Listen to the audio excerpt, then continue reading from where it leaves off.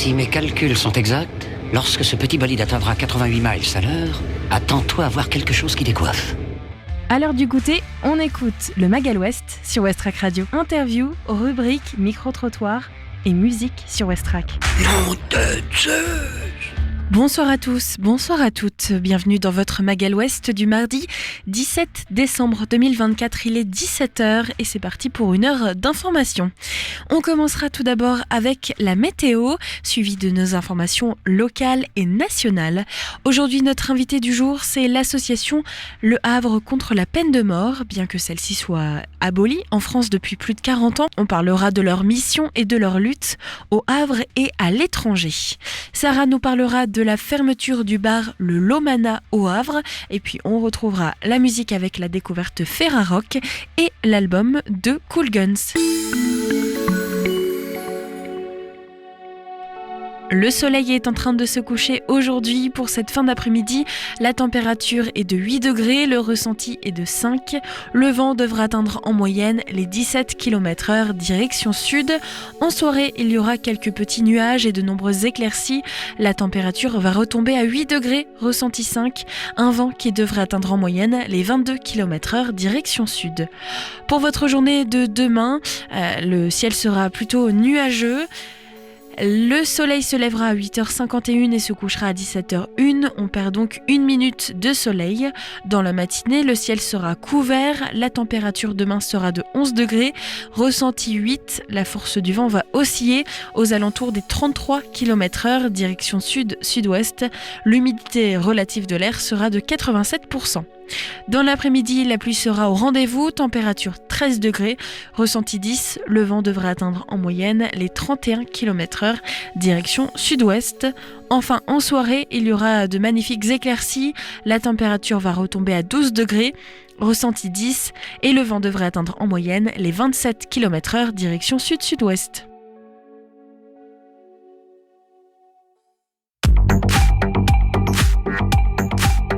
Les infos locales sur Westrack.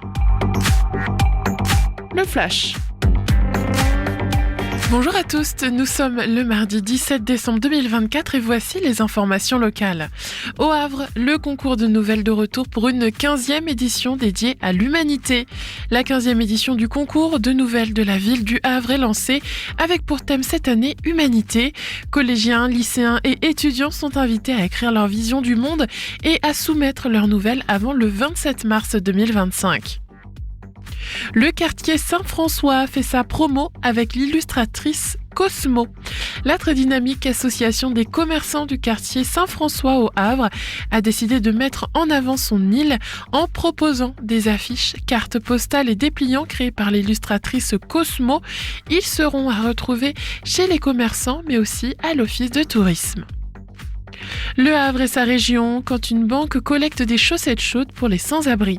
La Bred mène campagne au Havre et ses alentours du 16 décembre 2024 au 18 janvier 2025 dans ses agences pour recueillir un maximum de chaussettes neuves et chaudes, une action présentée comme cruciale en cet hiver en faveur de l'Armée du Salut et de ses bénéficiaires. Chacun peut y participer en amenant son don dans les 5 agences Bred du Havre, mais aussi dans celles de Sainte-Adresse, Montivilliers, Harfleur et Lillebonne. Rugby, Fédéral 1 à Limoges, le Havrassé n'est pas parvenu à tenir la distance. Une semaine après être tombé à Courbevoie 19-17, le Havrassé a terminé dimanche 15 décembre l'année 2024 par un deuxième revers de rang logique à Limoges 27-10. Basketball, trophée Coupe de France, vainqueur de Pont-de-l'Arche, Gravenchon accède au tour principal. Comme la saison passée, c'est en prenant le meilleur sur Pont-de-l'Arche 100-79 lors de la finale régionale que le CS Gravenchon a validé son ticket samedi 14 décembre 2024 pour le tour principal du trophée Coupe de France. Merci de votre écoute. Retrouvez maintenant le journal des actualités nationales et internationales. Bonsoir à tous. Première intervention du Premier ministre devant l'Assemblée nationale cet après-midi. François Bayrou qui doit affronter sa première polémique. Il est vivement critiqué après son aller-retour hier soir à Pau pour présider le conseil municipal, lui qui est maire de la ville depuis 10 ans. En réponse à Mathilde Panot pour les Insoumis, il a assuré avoir suivi toute la réunion de crise sur Mayotte en visio et François Bayrou a assumé son déplacement. Écoutez. J'ai présidé le conseil municipal de ma ville de 19h à 23h. Je considère que, ce faisant, j'étais aussi à ma place de citoyen.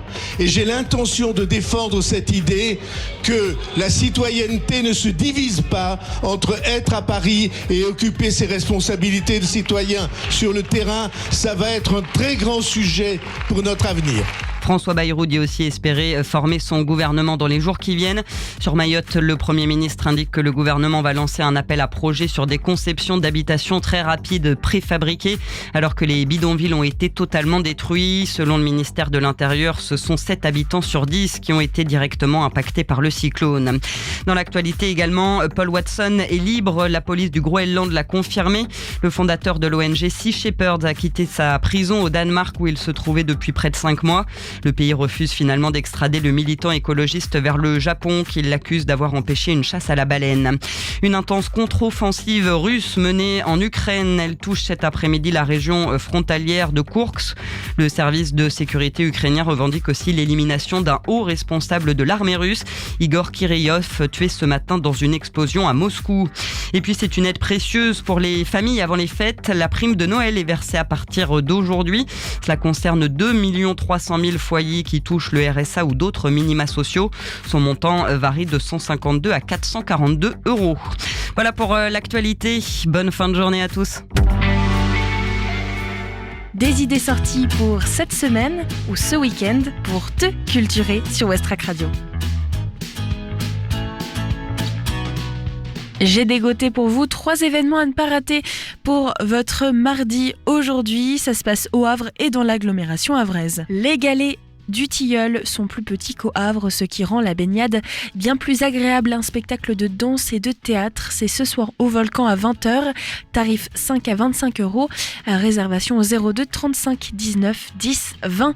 C'est le retour du ciné popcorn avec un film de 1984, un film qui s'appelle Les Gremlins, dans l'ambiance de Noël, produit par Steven Spielberg. Ce ciné popcorn est projeté en Vostfr à la maison de l'étudiant, c'est à 19h30 ce soir, 50 rue Jean-Jacques Rousseau. Ce film sera suivi d'un échange. Entrée libre dans la limite des places disponibles. Cet événement n'est pas seulement réservé aux étudiants. Et puis un gala de Noël ce soir à 18h. Le club de danse sur glace du Havre, le CDGH, organise un gala de Noël. Plus d'1 heure de show avec l'ensemble des catégories du club. Des loisirs aux compétiteurs nationaux, en solo, en couple ou en troupe. Ça se passe à 18h15 à la patinoire, 106 rue Louis Blanc.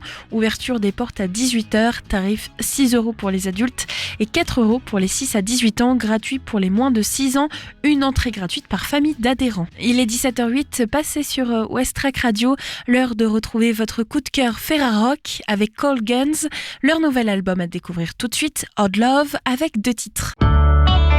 Westrack et la Fédération des radios associatives Musiques Actuelles, la Ferrarock, vous partagent la découverte musicale du jour.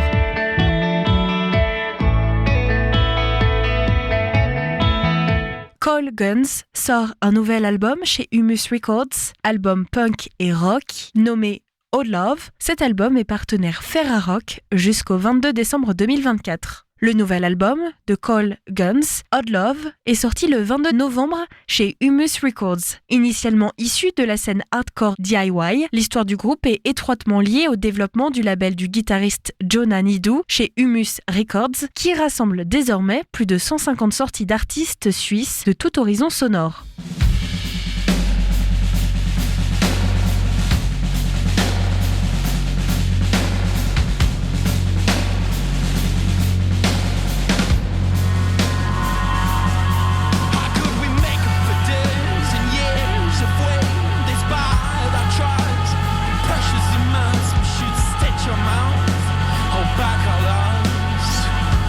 Feel the real truth now begins to defense and break.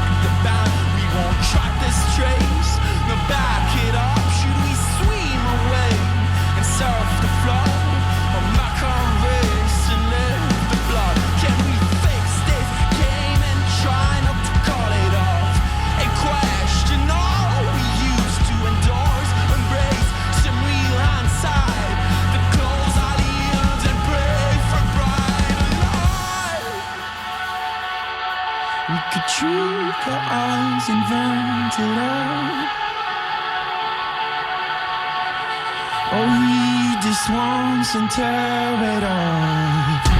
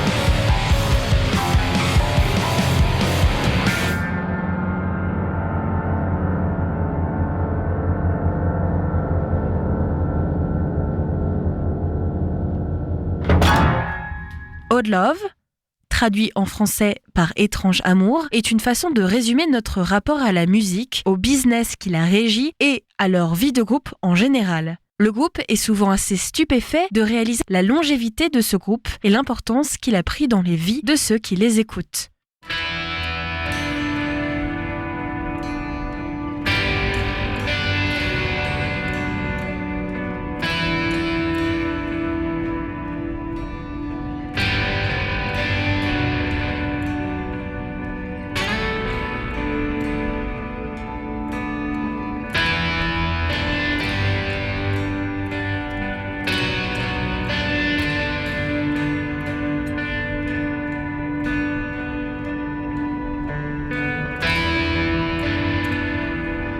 Through our hearts across the fence,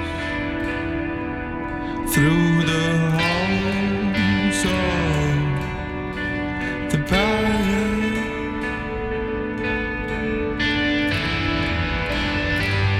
and walk at no pieces.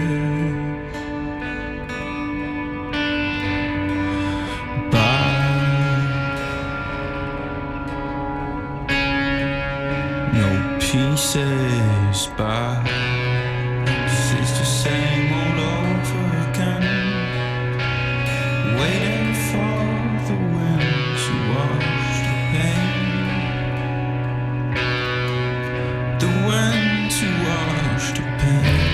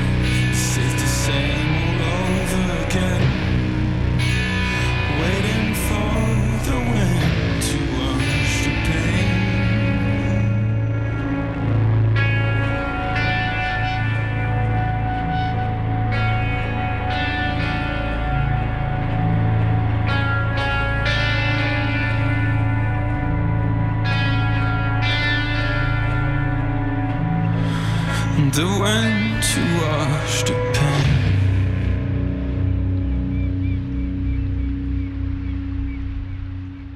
Coil Guns a réalisé une grande partie de la production artistique de Odd Love eux-mêmes, mais a également recruté les producteurs nommés aux Grammy Awards comme Tom Dalgetty, Robin Schmidt pour mixer et masteriser cet album. C'est ainsi que Odd Love est né le 22 novembre 2024. Album partenaire Ferrarock jusqu'au 22 décembre 2024. Plus d'informations sur le site de la ferrarock.org. Le Mag à l'Ouest, info, divertissement et bonne humeur sur Westrack. Odd Love, nouvel album de Coil Guns qui vient de sortir et qui est partenaire Ferrarock cette semaine. On retrouve tout de suite Sarah pour un reportage. Elle nous annonce la fin du bar à jeux, le Lomana au Havre. Et juste après, nous accueillerons notre invité, Le Havre contre la peine de mort, une association qui lutte contre la peine de mort à l'étranger, mais aussi au Havre. Hello, c'est Sarah sur Westrack et je vous emmène à la rencontre de Guillaume. On part découvrir ensemble le bar à jeux, le Lomana Gaming.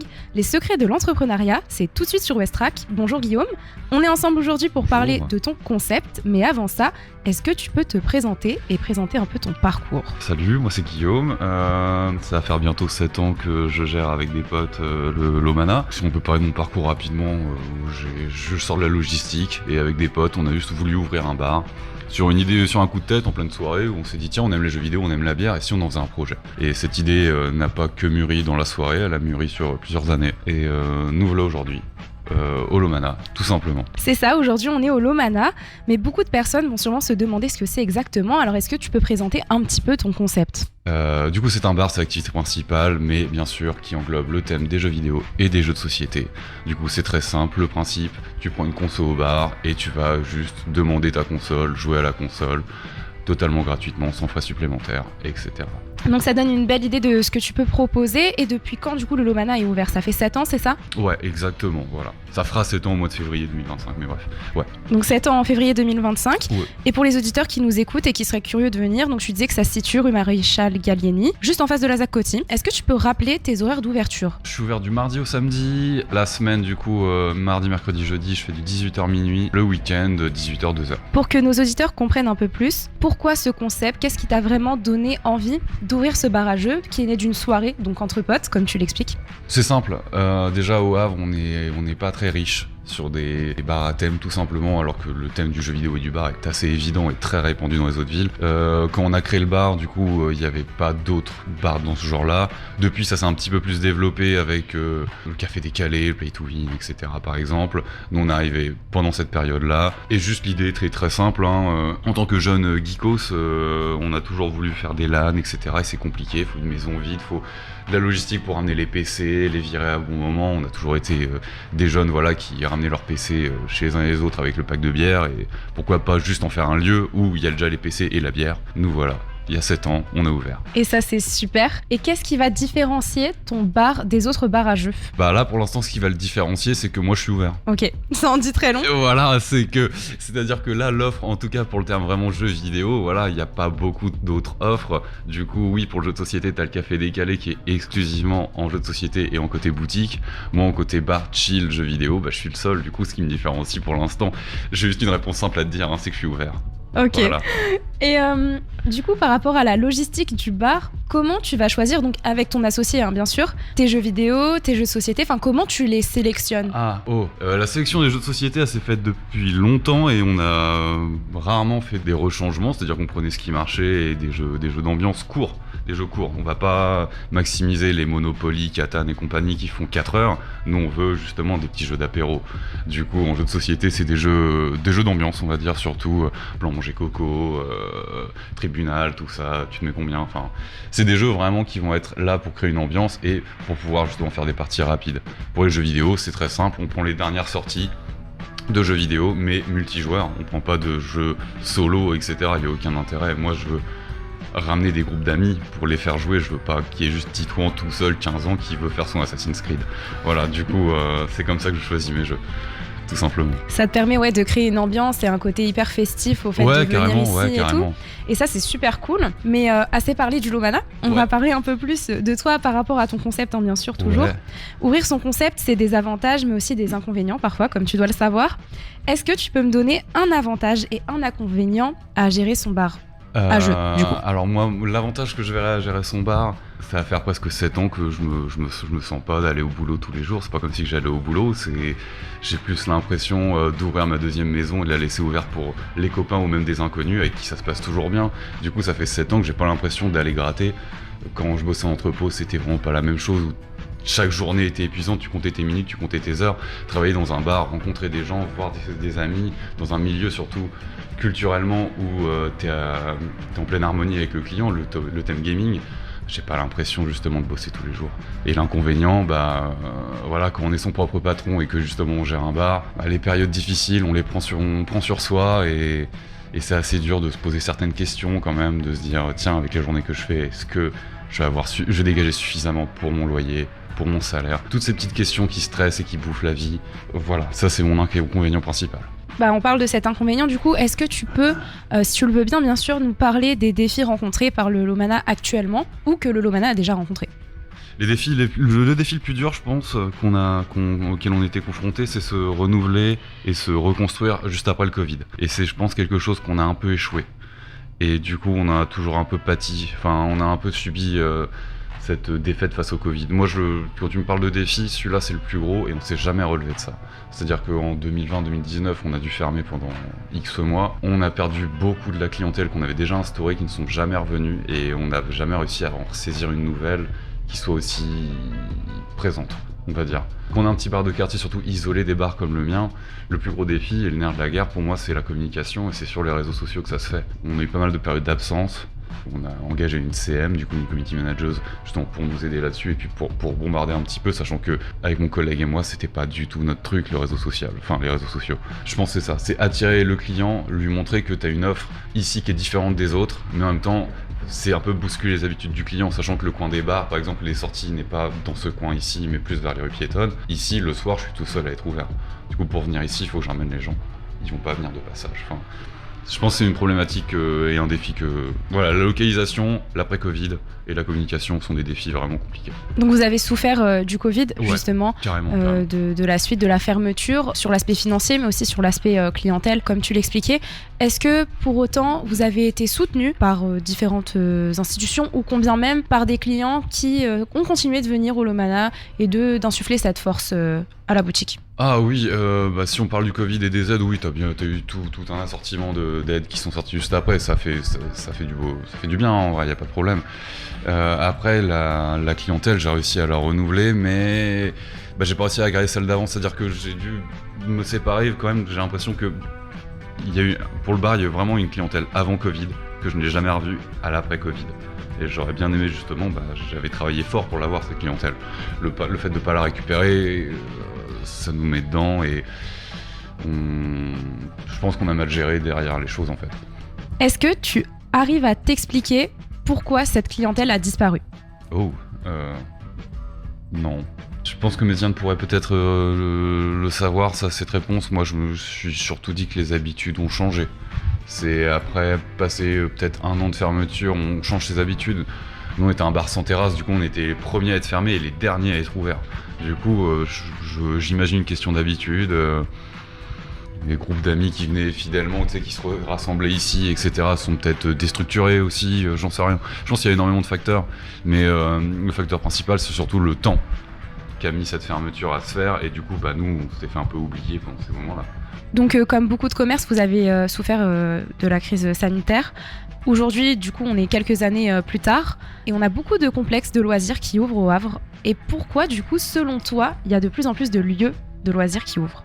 Je pense que pour le Havre, en tout cas, qui est une ville où on s'était toujours dit il n'y avait rien à faire, etc., le fait qu'elle se développe culturellement et sur les sorties, ça va avec le rythme des choses. Et je me dis qu'on essaye justement de changer un petit peu l'habitude des Havrais de consommation et même de sortie. Là, il y a le Family Games qui est ouvert juste en face. Il y a même d'autres projets, j'ai entendu parler d'autres projets que ce soit du café manga, du bar gaming, etc. Ça va se démocratiser un peu plus, et surtout peut-être parce qu'il y a beaucoup de place pour ça au Havre, sachant qu'il n'y a aucune autre offre qui peut proposer ça. Je pense qu'il est temps que oui, le Havre s'ouvre un petit peu à cette façon de faire, que soit, moi je parle juste du côté gaming, mais ça reste juste une passion comme une autre. On pourrait faire un bar broderie, ce serait cool aussi. On va créer des groupes, etc., de gens qui vont s'unir dans un même endroit pour un même thème.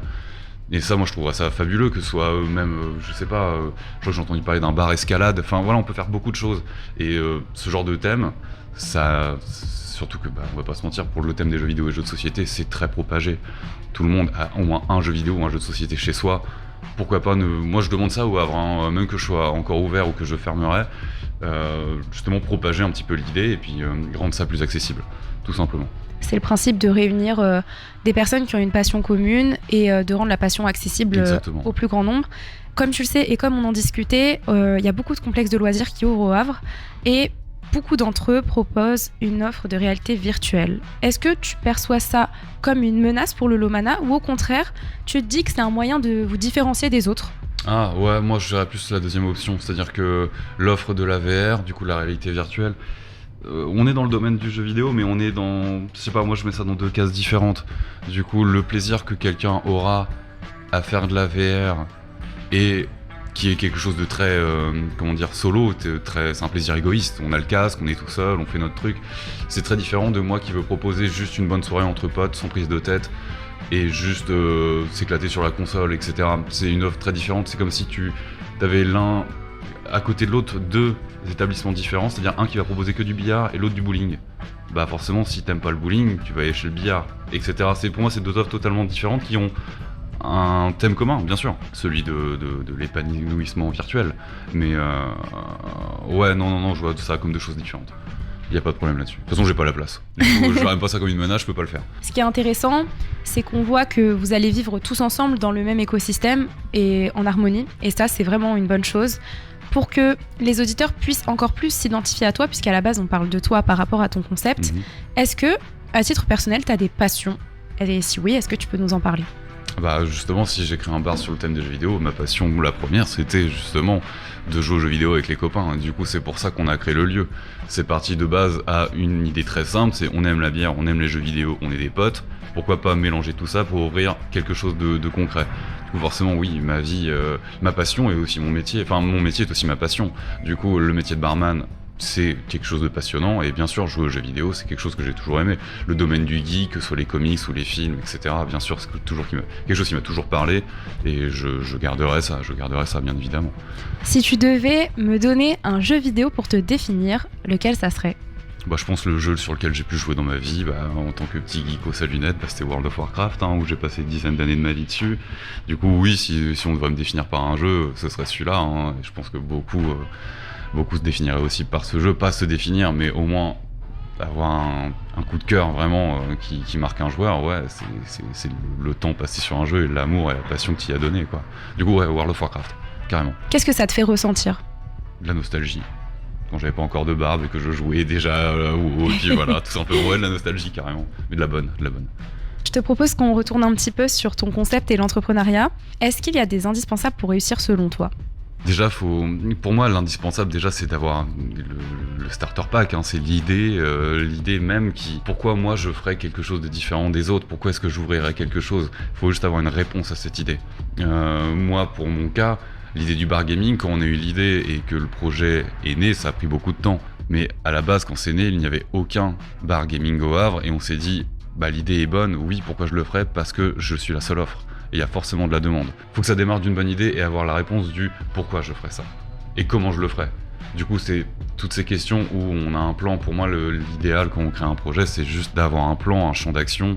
On sait comment on va faire les choses. On va pas se précipiter à faire juste un emprunt à la banque parce qu'on a envie de faire ça et qu'il y a un local de dispo. Non, il faut savoir ce qu'on va en faire. Moi, je parle ça en tant que pur commerçant, parce que je reste juste un simple commerçant, je suis pas quelqu'un qui va lancer en freelance, j'en sais rien, n'importe quel autre métier. Moi je suis un commerçant qui est ouvert à la clientèle, ma clientèle vient me voir, faut que je puisse l'attirer. Le principe de base, c'est comment je l'attire avec mon concept en plus du bar à thème, quoi. Je suis peut-être pas un bon exemple, mais pour moi, voilà, l'idée du bar est née avec cette question et cette réponse que j'avais directement, vu qu'il n'y avait pas de demande. Après, c'est plus compliqué dans certains cas. Et si tu devais nous donner une qualité indispensable pour réussir, ça serait laquelle ? Si je dois parler en tant que commerçant, pour en voir tous les jours des commerçants, etc., des petits, l'amabilité, tout simplement. Moi, je parle que d'un point de vue commerçant, je vais pas te parler de, comme je te disais, dans notre corps de métier, mais si quelqu'un t'accueille dans sa propre boutique, chez lui, dans son domaine, là où il est, et qu'il ne sait pas te sourire ou te dire bonjour, pour moi, c'est un business qui est déjà mort, en fait. C'est con, mais c'est juste mon point de vue, justement, d'être humain et de commerçant, qui me dit que si je dis pas bonjour à un client, ou que si je lui dis pas au revoir, je me dis que j'ai un peu failli à ma tâche, alors que c'est quelque chose de si simple. Oui, ça fait sens, tout à fait. Tout simplement. Comme on en a parlé en off tout à l'heure, et même pendant cette interview, le Lomana il a fait face à de nombreux défis. Il y a eu un communiqué de presse, si on peut dire ça, il n'y a pas très longtemps, que vous avez rédigé d'ailleurs, où vous avez parlé d'une potentielle fermeture. Est-ce que tu peux nous en parler un petit peu ?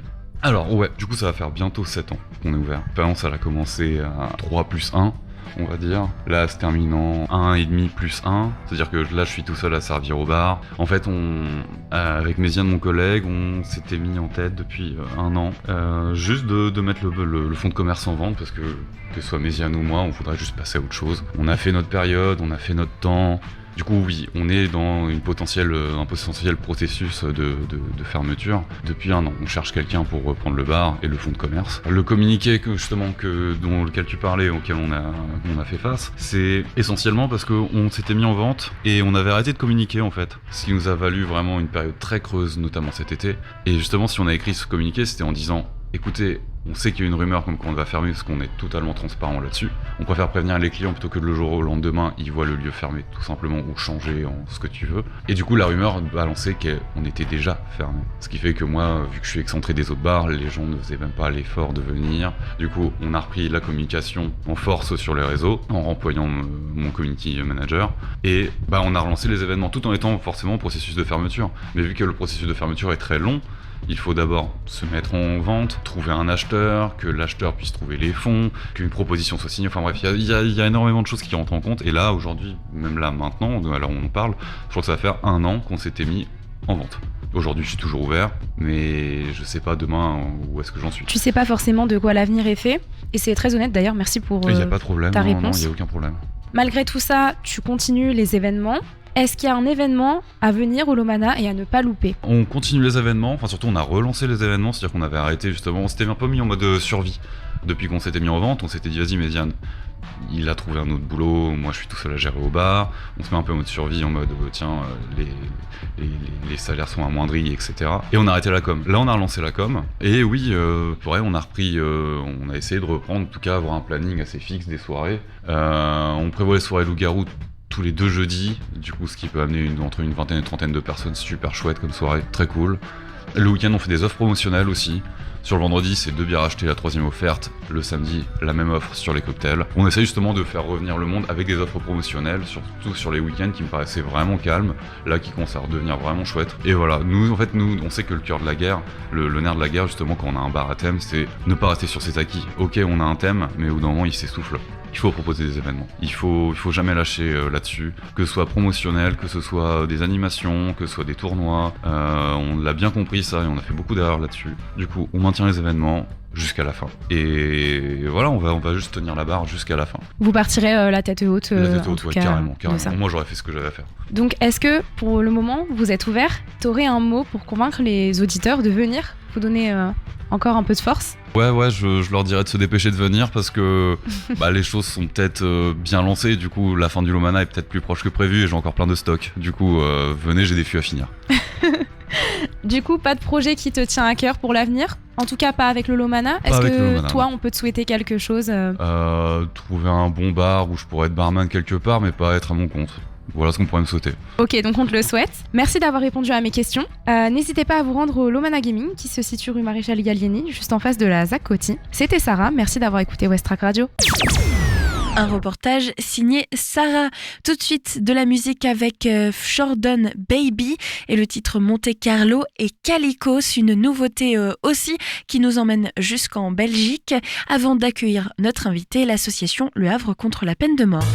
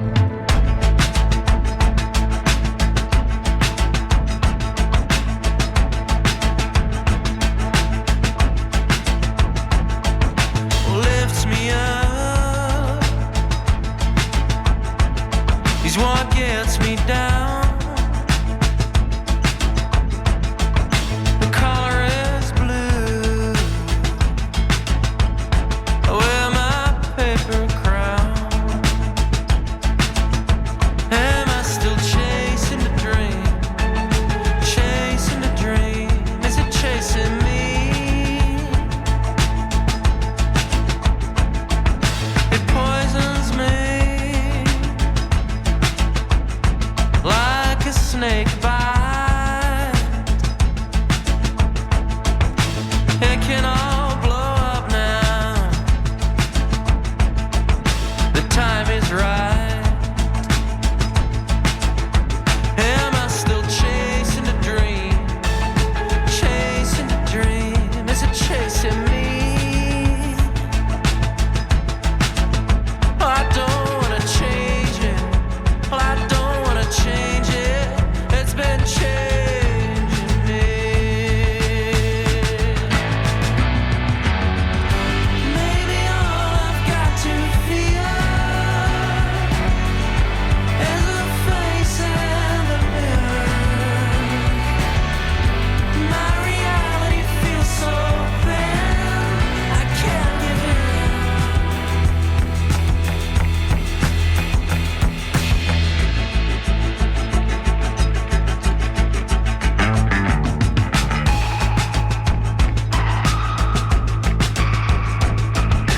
I shook off my fractured recollections, a shadow slipping out of sight. It can all blow up now. The time is right. Am I still chasing a dream? Chasing a dream? Is it chasing me? I don't wanna change it. Well, I don't wanna change it. It's been changing me. Maybe all I've got to feel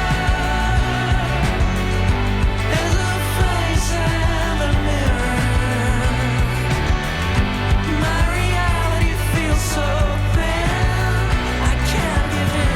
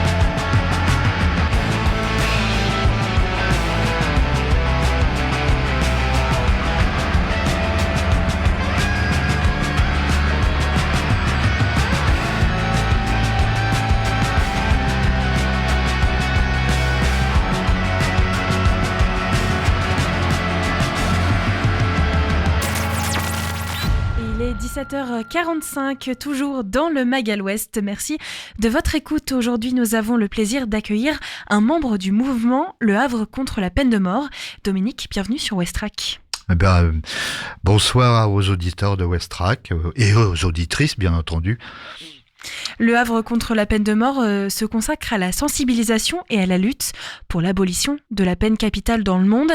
Elle organise régulièrement des événements, des expositions pour informer le public et militer activement pour l'abolition universelle. Ma première question, peut-être que certains se la posent. En France, la peine de mort est bien sûr abolie depuis plus de 40 ans. Alors pourquoi est-ce que c'est toujours essentiel de poursuivre ce combat, et notamment à l'international ? Alors d'abord au niveau français. Effectivement, et on peut s'en réjouir grâce à Robert Badinter qui a fait passer la loi en 81 pour l'abolition en France de la peine de mort, après un combat acharné, parce que Badinter, je dirais que c'est le fruit aussi de Camus, de Victor Hugo et d'autres, enfin, et j'en oublie, qui m'en excuse, paix à leur âme. Pourquoi toujours en parler ? En France, parce que je pense qu'il est toujours bon de sensibiliser les jeunes générations à ce combat-là. Et puis, ce qui m'amène à l'international, il faut savoir qu'actuellement, dans le monde, il reste encore 55 pays qui n'ont pas aboli la peine de mort. 55 pays, c'est déjà beaucoup, mais ça a été une progression très lente pour arriver à ce chiffre.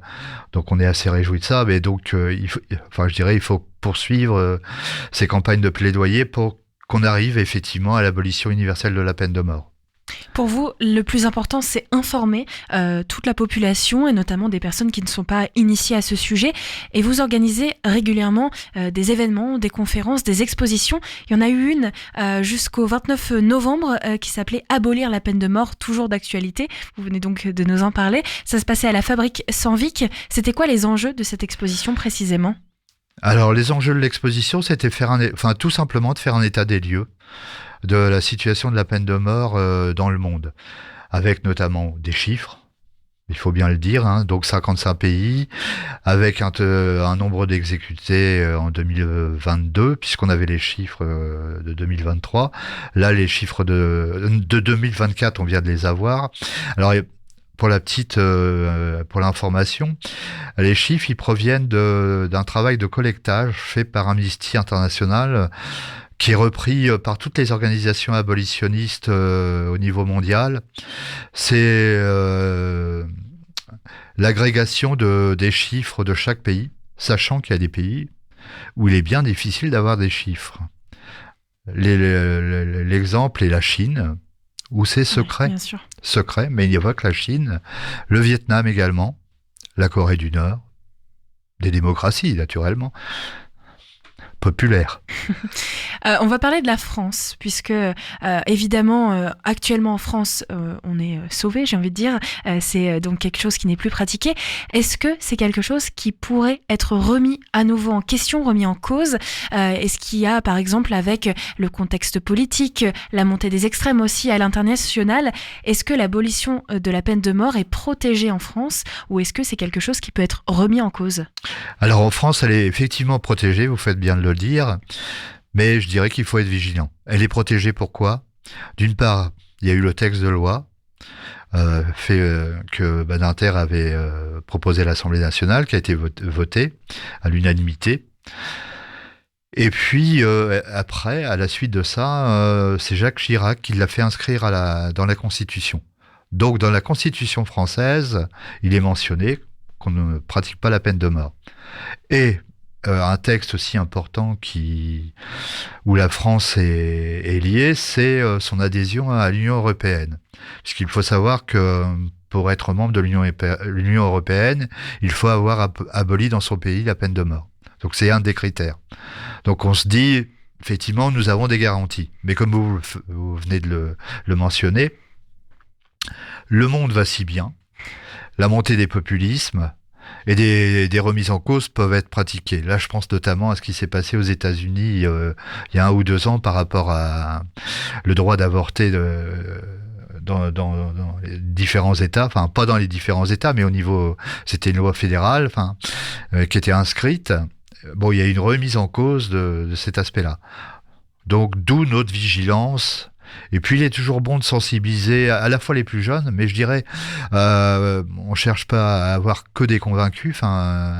Vous parliez de l'exposition. Justement, les expositions, ces moments-là, c'est aussi l'occasion de discuter avec les gens, de voir où ils en sont, et puis d'exposer les raisons pour lesquelles nous, abolitionnistes du monde entier, on est contre cette pratique-là. On va rester aux États-Unis avec bien sûr l'élection de Donald Trump en 2016, la réélection pour un second mandat. Est-ce qu'il y a eu une évolution politique aux États-Unis avec cette idée de la peine de mort, notamment entre les 2 mandats de Donald Trump, enfin celui qui arrive, entre le premier, Joe Biden? Est-ce que ça évolue, puisque bien sûr, quand on parle de peine de mort, on pense souvent aux États-Unis, qui est connu pour ces lois qui l'autorisent, et souvent le couloir de la mort, etc. et tout l'imaginaire autour. Est-ce que ça a évolué? Est-ce que ça évolue? Et quelle est la position aux États-Unis actuellement? Alors, les grandes craintes, une déception des abolitionnistes. Il faut savoir que Biden, quand il a été élu, avait promis d'abolir la peine de mort au niveau fédéral, ce qu'il n'a pas fait. Donc là, la campagne actuelle, parce qu'il reste peu de temps, hein, c'est mi-janvier que Trump sera officiellement président des États-Unis. Donc là, toute la campagne, il y a une campagne internationale et nous, au niveau de Le Havre contre la peine de mort, on relaie bien évidemment cela. C'est de dire à Biden, profitez-en, il vous reste peu de temps. Gracier les 40 prisonniers qui sont dans le couloir de la mort, mais au niveau fédéral, parce que Biden peut intervenir qu'au niveau fédéral et non pas dans chaque État. J'espère avoir été clair par rapport à ça. Oui, bien sûr. Donc c'est quelque chose qui, vous espérez, soit fait, mais malheureusement le temps est compté. Quel impact ces choix ont-ils eu sur le mouvement abolitionniste aux États-Unis et à l'international? Est-ce que justement cette déception a réduit le champ d'action, ou est-ce que au contraire c'est quelque chose qui a fait réagir dans le monde? Moi, je dirais qu'au sein des États-Unis, je pense que justement, le fait que ça bouge pas trop, ça a amplifié le mouvement abolitionniste états-unisien, enfin des États-Unis. Je prends un exemple tout bête. À l'approche là de l'arrivée de Trump, il y a une coalition qui s'est créée en Indiana il y a peu de temps, d'abolitionnistes, qui n'existait pas avant. Donc il y a des faits comme ça qui montrent que aux États-Unis ça se bouge aussi, mais ça se bouge aussi bien par des laïcs que par des mouvements chrétiens. Je pense notamment à une grosse ONG qui s'appelle Catholic Network. Je crois que c'était ça le terme exact, qui se bat justement, qui se mobilise contre les exécutions qui sont pratiquées dans les différents États. Les juifs aussi contre la peine de mort. Il y a un réseau de juifs contre la peine de mort.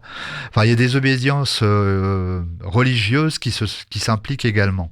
Il n'y a pas, je dirais, les laïcs, qui sont sur le terrain. Tout type de personnes, de groupes. Oui. Alors on constate aussi une augmentation alarmante des exécutions en Iran ces dernières années. J'ai relevé le chiffre de 400 exécutions recensées en 2024. Comment est-ce que vous analysez ces chiffres? Alors je dirais que là, votre chiffre, il est très faible. D'accord. Là, l'estimation est à plus de 800. D'accord, ok. À la date d'aujourd'hui. Avec à peu près 60 exécutions depuis début décembre. Alors, malheureusement, l'Iran, je dirais malheureusement, parce que l'Iran figure une nouvelle fois dans le classement, parce qu'il y a un classement tous les ans qui est fait par les organisations abolitionnistes sur les États qui exécutent le plus. Donc il faut savoir que c'est la Chine, parce on estime à des milliers d'exécutions qui se font dans le secret le plus total. Mais on arrive à avoir quand même des informations. Donc le chiffre, on peut pas l'avoir exactement d'une façon très précise. Par contre, en Iran, les autorités annoncent aussi les exécutions qu'elles pratiquent. Donc l'Iran figure en 2e place.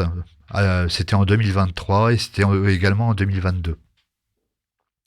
Alors, pourquoi de telles exécutions? Alors, il faut savoir que depuis, vous savez, la grande révolution, pas de révolution, mais la révolte, c'est même pas une révolte, c'est une contestation avec le slogan « Femme, vie et liberté ». Le régime a utilisé la peine de mort pour réprimer la population et pour réprimer tous ceux qui s'opposaient à cela. Aujourd'hui, nous sommes mardi. Et actuellement, dans les prisons d'Iran, chaque mardi, il y a une grève de la faim qui est faite par les prisonniers qui sont condamnés à mort pour manifester leur opposition. Et ça, c'est très peu dit dans les médias internationaux. Donc, je tiens à le souligner parce qu'il faut quand même avoir le courage. Je pense notamment, il y a eu un livre qui est sorti l'année dernière sur Femme, vie et liberté, qui a été faite par Marjane Satrapi, la cinéaste, c'était un recueil de plein d'informations, et puis notamment Narges Mohammadi, la prix Nobel de la paix, on a parlé de la fameuse torture blanche où on laisse les gens dans le couloir de la mort, enfermés avec une lumière blanche toute la journée, pour les faire, je dirais, péter les plombs, quoi, tout simplement, devenir fou. Hein. Donc l'Iran, c'est, je dirais, c'est le bourreau par excellence. Mais il y en a d'autres, hein. Ne vous inquiétez pas, il y en a d'autres. Il y a l'Arabie Saoudite, là, on leur donne une espèce de virginité là, actuellement. Ils vont avoir la Coupe du Monde de foot dans peu de temps. On leur a autorisé ça. Bon, il est vrai que les États peuvent pas intervenir sur la Coupe du Monde, mais bon, quand on voit les relations diplomatiques qui s'instaurent actuellement avec l'Arabie Saoudite, on peut en être qu'attristé, parce que l'Arabie Saoudite aussi exécute aussi chez elle, quoi, en toute impunité. En 2023, en une seule journée, ils avaient réussi à exécuter 80 personnes. C'est peu.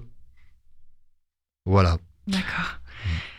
Pour l'Iran, donc les populations les plus touchées restent donc des opposants politiques. Est-ce que vous avez été en capacité, avec les autres associations, de chiffrer justement ces personnes?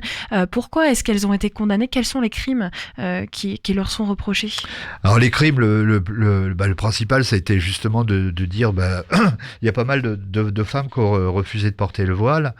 Donc après, on les fait avouer par la torture le plus souvent. Hein. Donc,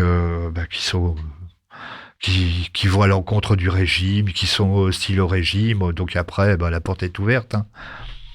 La communauté internationale, elle pourrait agir et faire pression sur d'autres pays, comme l'Iran par exemple, pour réduire, voire abolir la peine de mort? Je dirais que là, il y a deux choses. Effectivement, ça c'est un des regrets des abolitionnistes et des mouvements qui soutiennent les abolitionnistes iraniens. C'est, je dirais, un silence, un quasi-silence de la communauté internationale là-dessus. Il faut savoir qu'en France, là, récemment, 500 maires en France ont publié une déclaration invitant les autorités françaises à s'impliquer un peu plus. Il y a eu 500 maires et il y a eu également des personnalités qui se sont prononcées. Il y a eu une lettre ouverte dans Le Monde il y a peu de temps, il y a à peu près 15 jours, signée par des personnalités telles qu'Elisabeth Badinter, d'autres noms, j'en oublie, justement pour appeler à ce que le président Macron revoie un petit peu au niveau de sa diplomatie, fasse pression. Je dis fasse pression, effectivement. Il est clair que on n'est pas là pour faire de l'ingérence et de dicter ce que chaque pays doit faire chez lui, mais de soutenir les mouvements abolitionnistes qui existent dans chaque pays. Avant de revenir à notre échelle au Havre, je voudrais qu'on parle de la peine de mort qui est un vrai sujet.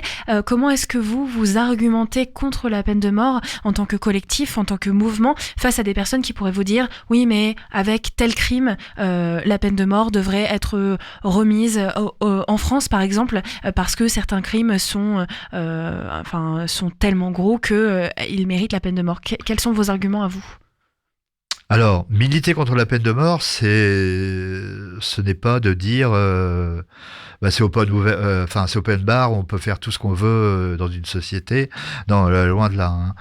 Mais on considère que ôter la vie de quelqu'un, ça n'amène rien de plus. Ça engendre justement un cycle de violence et c'est pas bénéfique pour l'avenir. Il y avait une parole de Gandhi là-dessus qui était très belle aussi. Qui remettait en question le œil pour œil, dent pour dent, quoi. Bon, il y a Gandhi qui avait dit cette chose-là, mais ce n'est pas suffisant. Il faut savoir que la peine de mort n'est pas productive. N'est pas productive aussi bien pour les familles des victimes. On en a la preuve notamment aux États-Unis avec des familles qui ont été endeuillées par un crime odieux. Hein. Je ne conteste pas l'acte, je ne mets pas en cause l'acte, hein. Mais des familles qui, au fil du temps, la personne avait été condamnée et à l'approche de l'exécution, ont plaidé pour la grâce du meurtrier. Parce que dire on est contre la peine de mort, ça va réparer, ça répare en rien du tout. Ça répare en rien du tout. Ça, d'une part, c'est... Et puis, ça a l'air de dire que une personne dans sa vie ne peut pas évoluer. Alors qu'on a un exemple en France qui est très peu connu en fait, c'était quelqu'un qui avait été condamné à mort et qui avait finalement pas été condamné à mort, mais qui a passé son temps en prison. Et cette personne-là, à travers la prison, s'est reconstruite et s'est formée et est devenue maintenant chercheur en histoire. Donc il y a des exemples comme ça, mais il y en a pas qu'un, il y en a plusieurs dans le monde comme ça. J'espère avoir au mieux répondu. Et puis moi personnellement, la violence ça mène à rien du tout, quoi. Là, je pense notamment à ceux qui nous disent bon, effectivement, le crime d'un bébé, c'est atroce, c'est atroce. On peut le condamner, mais le condamner comment? Le condamner. Et est-ce la solution de doter la vie à quelqu'un? Moi, je ne le pense pas. La peine de mort n'est pas la justice pour moi. On va revenir à notre toute petite échelle au Havre, parce que c'est vrai qu'on est parti loin sur comment est-ce que nous, on peut agir, s'impliquer, est-ce qu'on peut soutenir vos actions d'une manière ou d'une autre, justement pour informer et puis questionner, répondre à ces questions et dialoguer aussi, parce que je pense que ça passe principalement par le dialogue. Nous, au Havre, comment est-ce qu'on peut agir? Alors nous, vous parliez tout à l'heure de l'exposition qui s'est tenue à la fabrique de Senvic. Donc effectivement, on a créé un support j'appelle ça un support de médiation tout simplement, parce que l'échange est important. Moi, je considère que je ne suis pas là pour braquer les gens. Si actuellement ils sont dans une position de vouloir la peine de mort, je pense qu'il faut en discuter. Et que chacun amène ses arguments. L'exposition qu'on a réalisée fait un état des lieux sur la situation de la peine de mort, en abordant la place des femmes dans les couloirs de la mort, les LGBTQI qui peuvent être tués dans 12 pays, rien que pour leurs pratiques sexuelles. Donc, nous, naturellement, tout ça, on condamne, bien évidemment. Donc, que peut-on faire ? Cette expo, elle est disponible. Elle est disponible, je dirais, dans tous les centres culturels, quels qu'ils soient. Les lieux de formation, les lycées et collèges. Il faut savoir qu'on a eu la chance d'être accueillis l'année dernière par je dis l'année dernière, c'est au niveau scolaire, par le lycée Lavoisier qui nous avait pris l'exposition. Là, cette rentrée, elle a été exposée au lycée Jeanne d'Arc et au site de Coty. Donc, c'est des moments aussi en direction des jeunes. Donc, un centre de formation peut tout aussi bien nous la demander et on sera ravis de la mettre à disposition et justement de provoquer des rencontres avec le public. C'est ce qui nous intéresse le plus. Vous avez d'autres projets sur 2025 ? Alors 2025, donc c'est ça. Et puis un gros projet, parce que je vais revenir un petit peu à ce qu'on a fait. Bon, on a fait l'exposition, effectivement, mais on a eu pour habitude de faire des ciné-débats autour d'un film traitant de cette question-là. Donc on l'a fait avec des organisations connues au niveau national et international. On a fait un premier film traitant de la peine de mort aux États-Unis avec justement une jurée qui avait voté la peine de mort et c'était un documentaire qui s'appelait Lindy Lou, jurée numéro 6. En fait, c'était tout le parcours de cette femme qui, à la fin, commençait à se poser la question pourquoi elle avait voté et voulait savoir où en étaient les autres jurés qui avaient voté avec elle la peine de mort pour le condamné. Donc ce ciné-débat, on l'avait fait avec des représentants du barreau du Havre, un avocat plus une ex-bâtonnière. Bon, ça, une première année, on a fait ça. Une deuxième année, on a fait les États-Unis, naturellement, avec une campagne internationale qui s'est menée pour sauver Melissa Lucio, une jeune hispanique qui était accusée d'infanticide. Donc là, on l'avait menée avec Ensemble contre la peine de mort. C'est une organisation nationale qui a plus des actions de plaidoyer au niveau international auprès de l'ONU et des instances comme ça. La dernière en date, le dernier cinéma en date, c'était autour du film 7 hivers à Téhéran, naturellement, Téhéran toujours, où c'était le parcours d'une femme qui allait être condamnée à mort et c'était le témoignage de sa mère aussi. Et là, on l'avait fait avec une représentante d'Amnesty International France.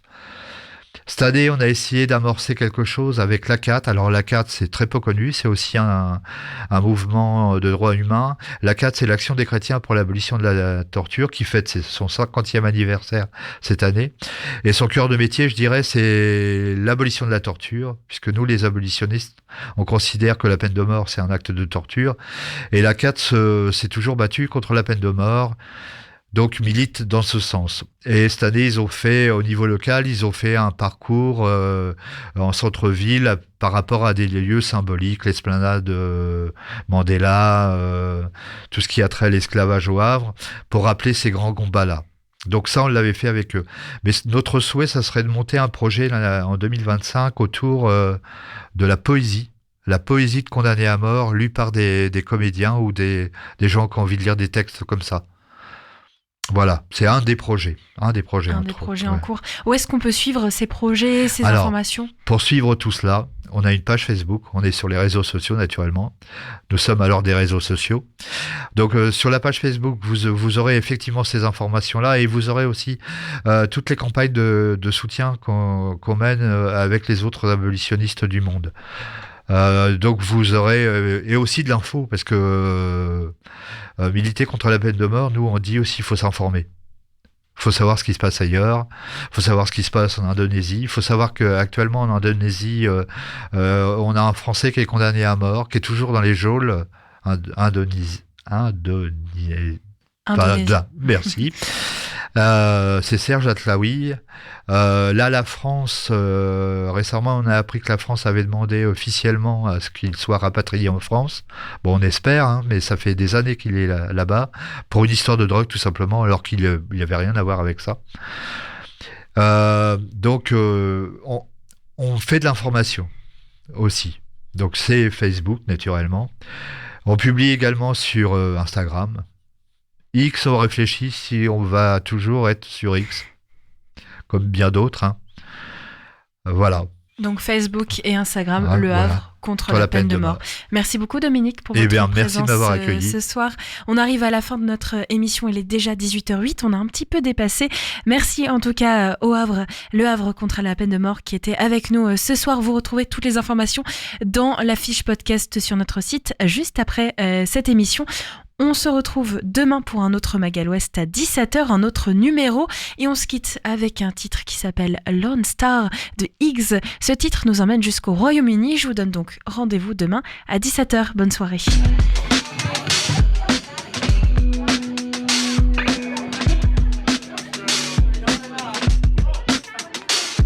Ain't got a lot of space in the back line. Unconscious thoughts living in the back line. You don't really know that we're right on time. You're trying to steal my energy, just get in line.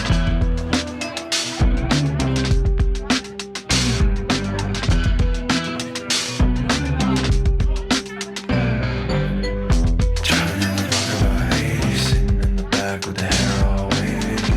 She's looking like a soul baby. She don't even really know me lately. Yeah, I'm a lone star baby, post-war baby.